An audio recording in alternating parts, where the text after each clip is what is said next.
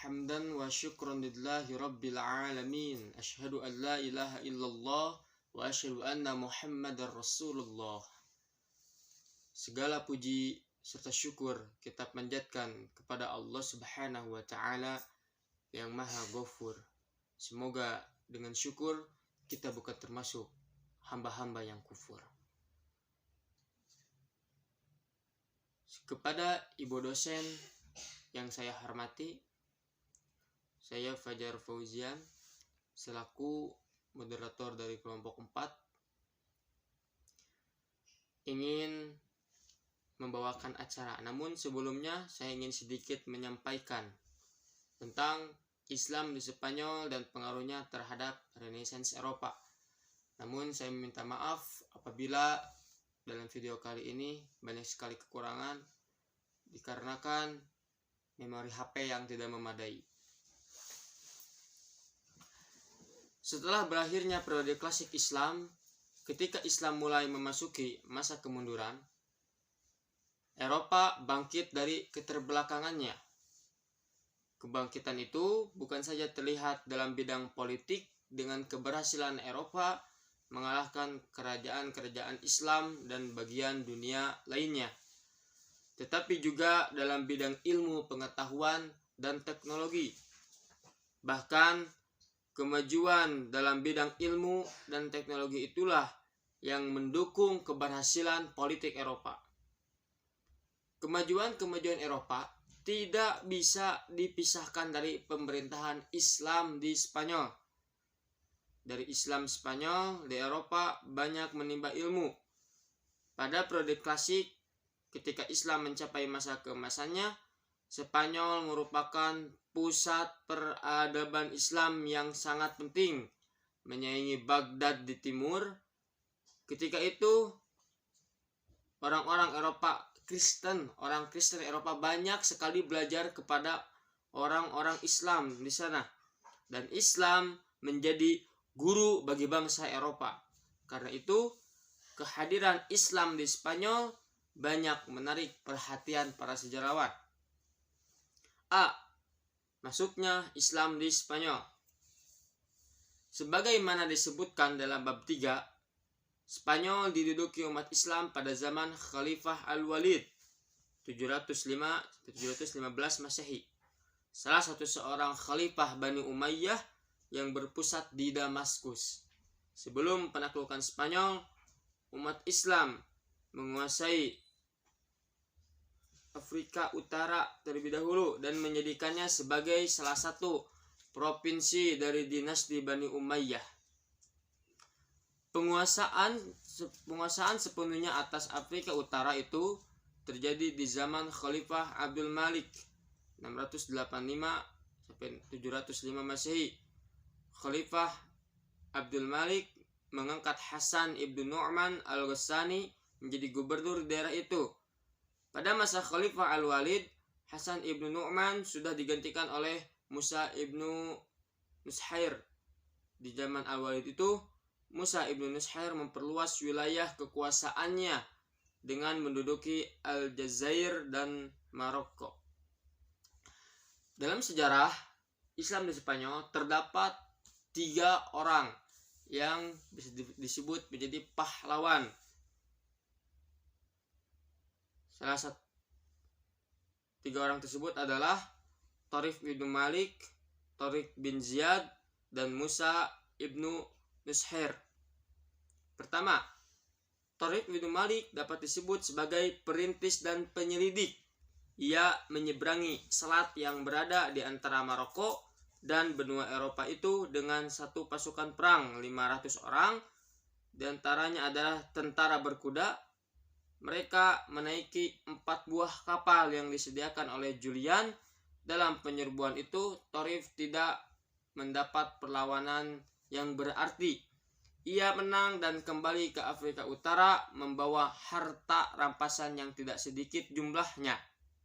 Kemudian didorong oleh keberhasilan Tarif dan kemelut yang terjadi dalam tubuh kerajaan Visigotik yang berkuasa di Spanyol pada saat itu, serta dorongan yang besar untuk memperoleh harta rampasan perang, Musa ibn Nusayr pada tahun 711 Masehi mengirim pasukan ke Spanyol sebanyak 7.000 orang di bawah pimpinan Tariq bin Ziyad. Tariq bin Ziyad, kemudian kedua, Tariq bin Ziyad lebih banyak dikenal sebagai penakluk Spanyol karena pasukannya lebih besar dan hasilnya lebih nyata.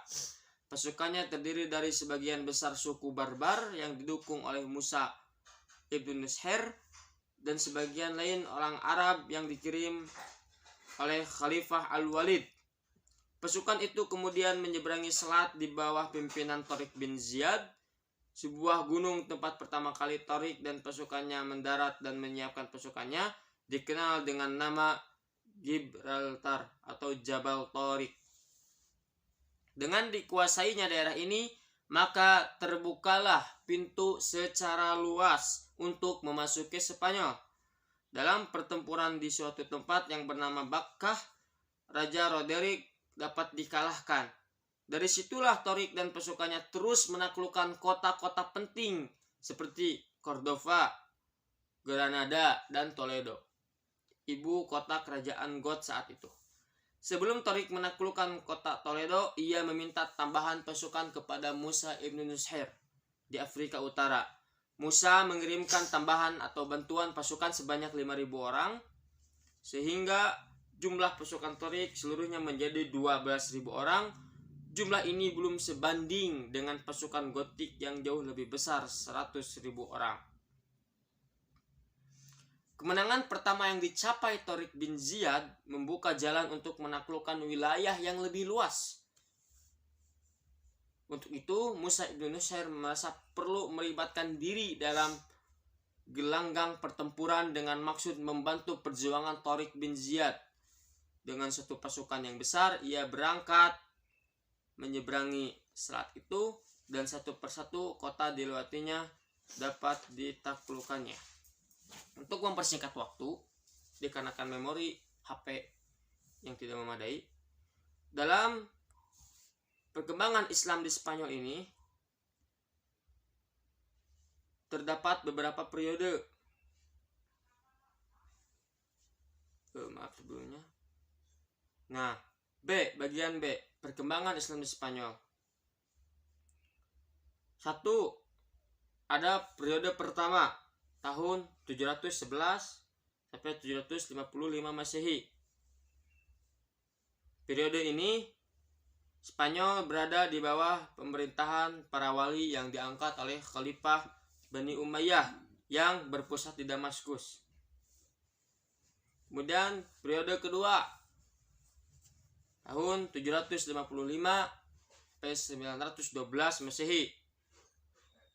Pada periode ini Spanyol berada di bawah pemerintahan seorang yang bergelar Amir, Panglima atau Gubernur, tetapi tidak tunduk kepada pusat pemerintahan Islam yang ketika itu dipegang oleh Khalifah Abbasiyah di Baghdad. Dan Amir pertamanya adalah Abdurrahman I yang memasuki Spanyol tahun 138 Hijriah atau 755 Masehi dan diberi gelar Ad-Dakhil yang masuk ke Spanyol, dan dia adalah keturunan dari Bani Umayyah. Kemudian periode ketiga tahun 912 sampai 1013 Masehi. Periode ini berlangsung mulai dari pemerintahan Abdur Ar-Rahman III yang bergelar An-Nasir sampai munculnya raja-raja kelompok yang dikenal dengan sebutan Muluk At-Tawaif. Pada periode ini Spanyol diperintah oleh penguasa dengan gelar khalifah. Penggunaan gelar khalifah tersebut bermula dari berita yang sampai kepada Abdurrahman III bahwa Al-Muqtadir, khalifah daulat Bani Abbas di Baghdad, meninggal dunia dibunuh oleh pengawalnya sendiri. Kemudian periode keempat tahun 1013 sampai 1086 Masehi. Pada periode ini Spanyol terpecah menjadi 3 bagian, menjadi 30 negara kecil di bawah pemerintahan raja-raja golongan atau Al-Mulukhut At-Tawaif yang berpusat di suatu kota seperti Seville, Cordova, Toledo, dan sebagainya. Yang tersebar diantaranya adalah Abbadiyah di Seville. Jadi ketika periode ini Spanyol terbagi menjadi 30 bagian. Kemudian periode ke-6,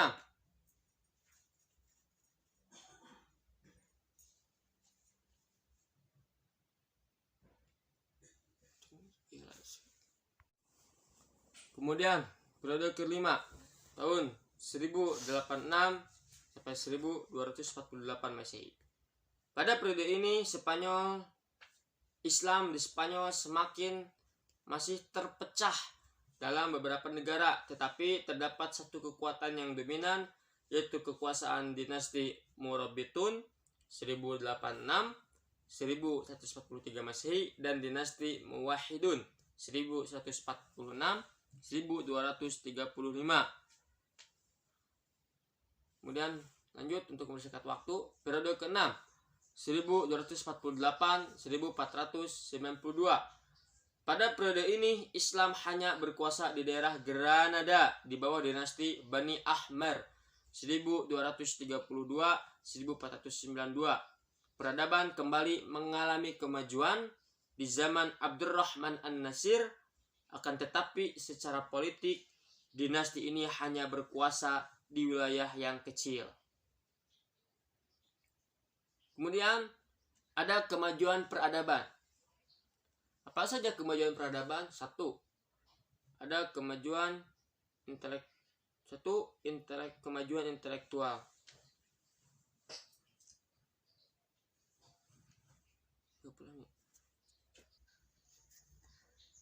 Kemudian C, kemajuan peradaban. Dalam masa lebih dari 7 abad kekuasaan Islam di Spanyol, umat Islam telah mencapai kejayaan di sana.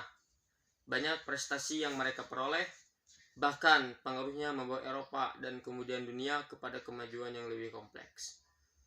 Dan di sini dikarenakan, mohon maaf, materi saya mungkin kurang lengkap. Di sini ada hanya satu yang tercantum. Satu, kemajuan intelektual. Spanyol adalah negeri yang subur. Kesuburan ini mendatangkan penghasilan ekonomi yang tinggi dan pada gilirannya banyak menghasilkan pemikir. Masyarakat Spanyol Islam merupakan masyarakat majemuk yang terdiri dari komunitas-komunitas Arab, Utara dan Selatan. Al-Muwalladun, orang-orang Spanyol yang masuk Islam. Barbar, umat Islam yang berasal dari Afrika Utara. As-Soqolibah, penduduk daerah utara Konstantinopel dan Bulgaria, yang menjadi tawanan Jerman dan dijual kepada penguasa Islam untuk dijadikan tentara bayaran. Yahudi, Kristen, Muzareb yang berbudaya Arab, dan Kristen yang masih menentang kehadiran Islam.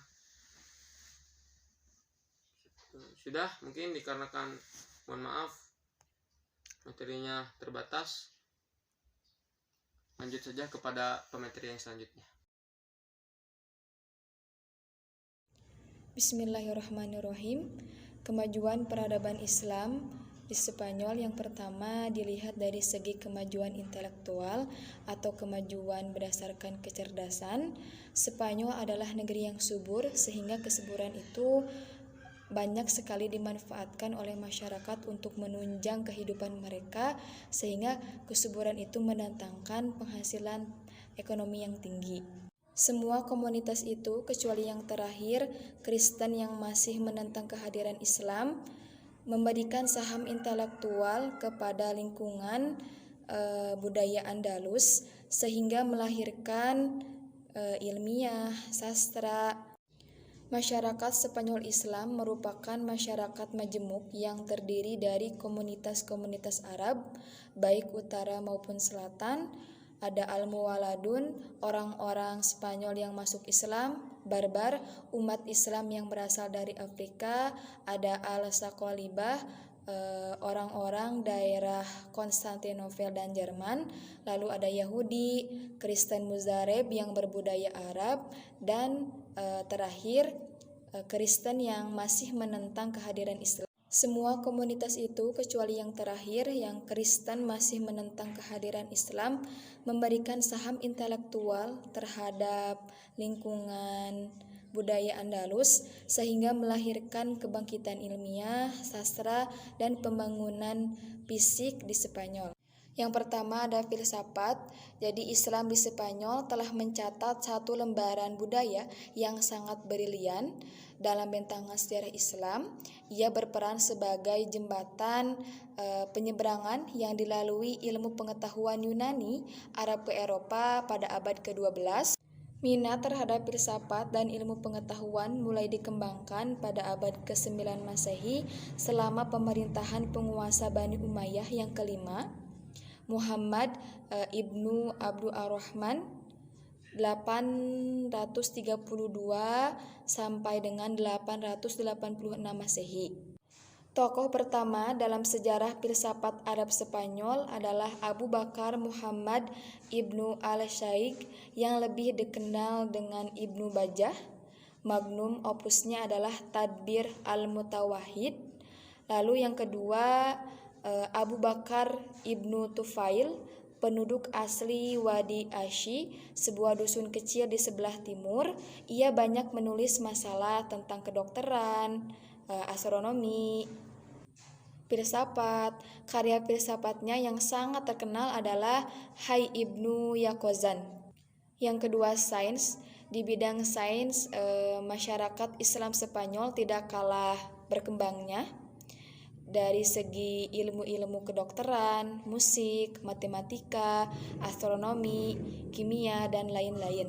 Nah, tokoh yang pertama ada Abbas ibnu Farnas, termasyhur dalam ilmu kimia dan astronomi. Ialah orang pertama yang menemukan pembuatan kaca dari batu. Lalu ada Ibrahim ibnu Yahya al-Nakos yang terkenal dalam ilmu astronomi. Ia dapat menentukan waktu terjadinya gerhana matahari dan menentukan berapa lamanya. Ia juga berhasil membuat teropong modern yang dapat menentukan jarak antara tata surya dan bintang-bintang. Lalu ada Ahmad ibnu Ibas dari Cordoba, bagian dari Spanyol juga, adalah ahli dalam bidang obat-obatan. Lalu ada Al-Hasan binti Abi Ja'far dan saudara perempuan Al-Hafidh adalah dua orang ahli kedokteran dari kalangan wanita. Dalam bidang sejarah dan geografi, wilayah Islam bagian barat melahirkan banyak pemikir terkenal. Salah satu contohnya adalah Ibnu Jubair dari Valencia, menulis tentang negeri-negeri Muslim Mediterania, dan Sicilia dari Ibnu Batutah dari Tengger mencapai Samudra Pasai dan Cina.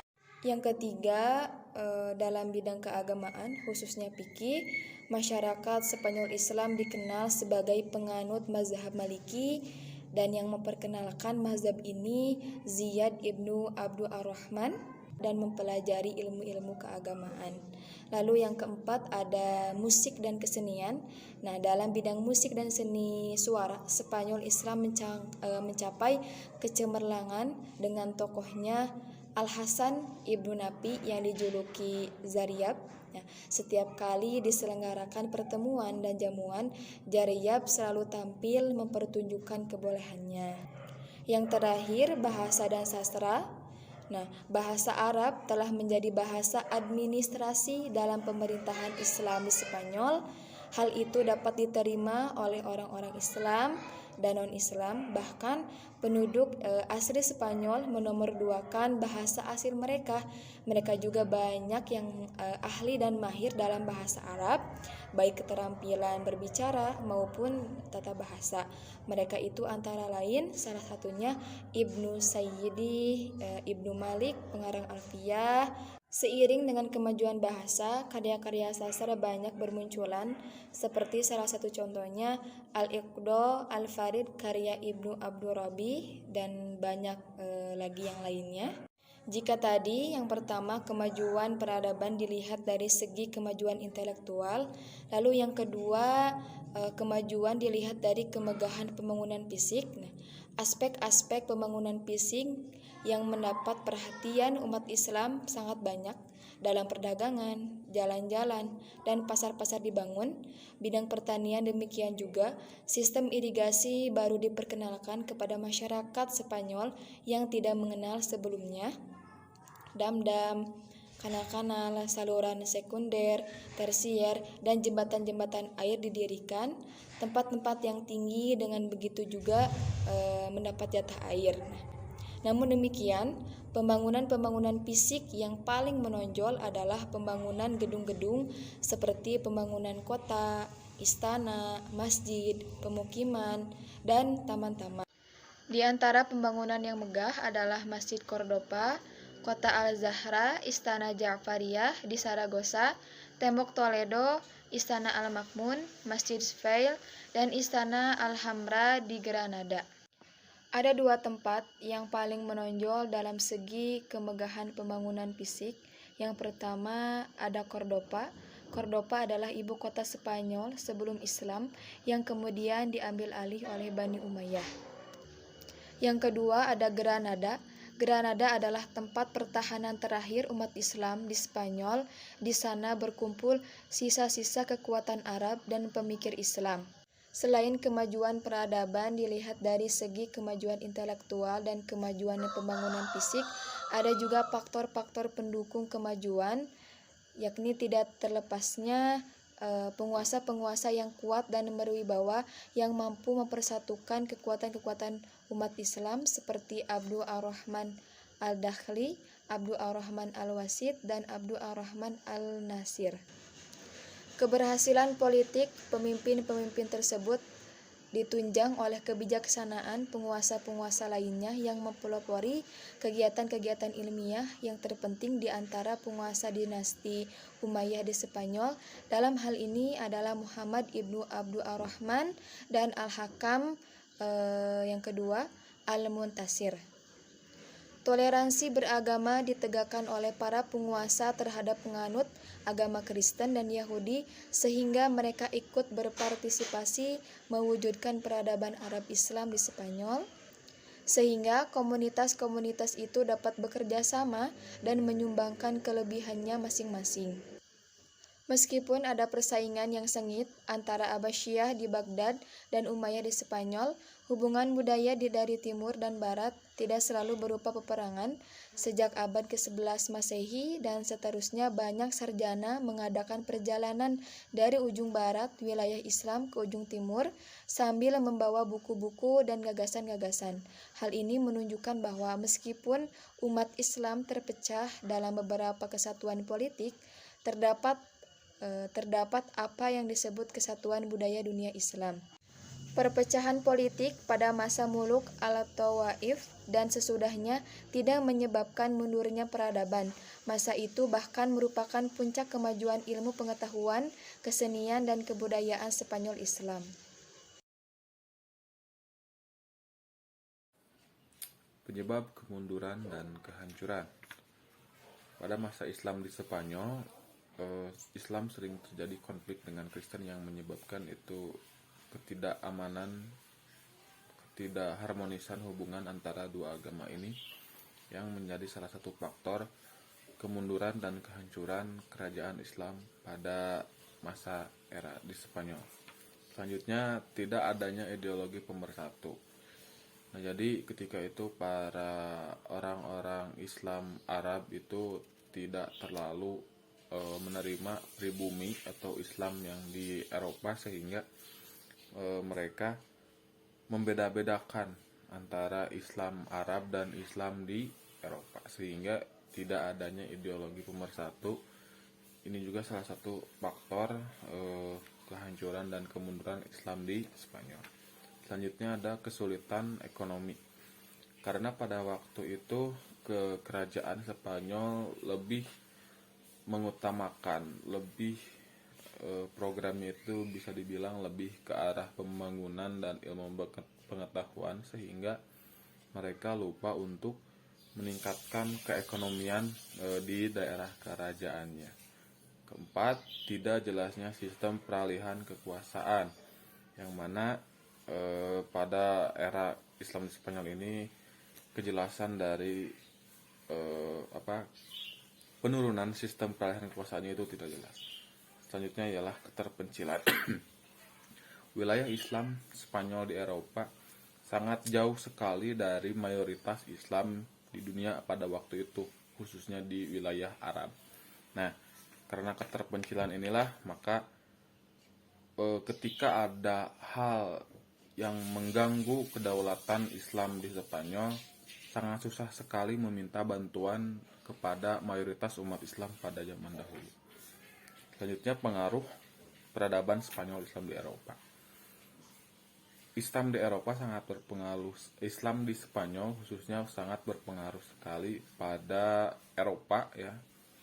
Pada masa di Eropa, seperti contohnya ketika hazanah ilmu pengetahuan umat Islam itu sudah sangat pesat, yang mana pada zaman dahulu keadaan di Eropa kondisi sosial, ekonomi dan ilmu pengetahuannya tidak baik seperti sekarang. Nah, oleh umat Islam sendirilah diangkatnya strata atau kehidupan sosial, ekonomi dan ilmu pengetahuan orang-orang Eropa pada masa itu. Yang mana ini sangat berpengaruh pada masa Renaissance, di mana para tokoh-tokoh Islam yang sangat ikut berperan andil dalam masa kebangkitan ini. Contohnya seperti Al-Farabi, Ibnu Sina dan Ibnu Rus, yang mereka mencetuskan atau mereka sebagai pelopor terhadap ilmu pengetahuan Islam di Eropa. Sekian. Alhamdulillah, materi demi materi telah selesai disampaikan. Mohon maaf apabila dalam presentasi kali ini banyak sekali kekurangan dan kesalahan, terutama pada bagian saya mohon dimaafkan. Ditutup dengan doa. Aqulu qouli hadza wa astaghfirullah li wa lakum. Rabbana atina fid dunya hasanah wa fil akhirati hasanah wa qina azaban nar. Wassalamualaikum warahmatullahi wabarakatuh.